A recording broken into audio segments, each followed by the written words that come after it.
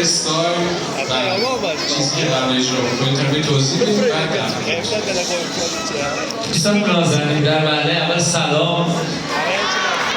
دمتونگر کیف کردیم که تو دیروز که اصلا درجه یک بود، امروز حتما میدونم از دیروز خفن‌تره.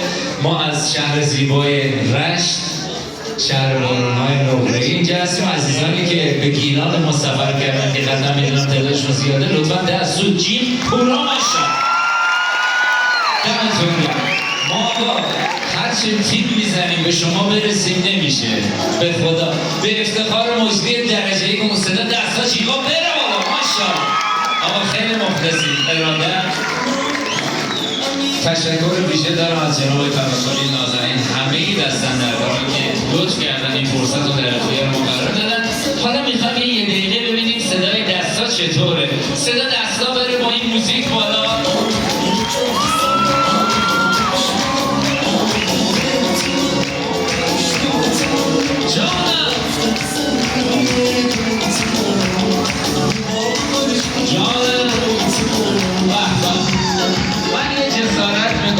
بی‌ادبی میکنه چند قدم میام جلو صدا چیکار رو بشنوم.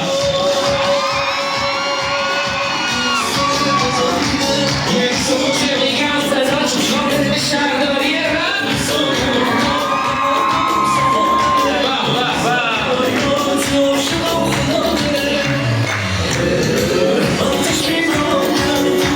اسم گروه ما تلاره با تی دو نقطه.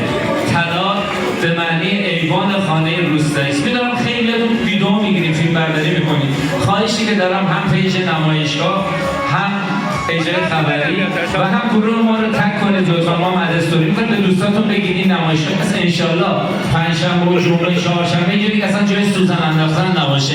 حالا یه جیغ بزنیم همه خبردار شن. ماشاءالله.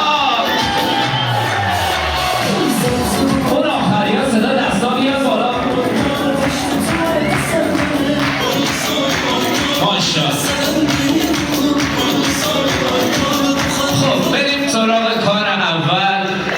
من میخوام اجازه بگیرم 2 تا آهنگ اجرا کنم اگر میشه. چش بریم دوستان.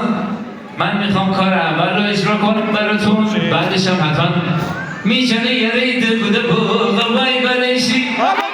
اینو برای کار دوم با رنا ترکیبی امپیتری براتون اجرا میکنیم و به افتخار همه اقوامی که اینجا اجرا کردن، عرب‌های نازنین، بختیاری‌های نازنین، ترکای عزیزمون، کردها که میان بعد از ما صحنه رو آتیش میکشن، به افتخار خودتون یک تشویق جانانه داشته باشید. خیلی ممنونم.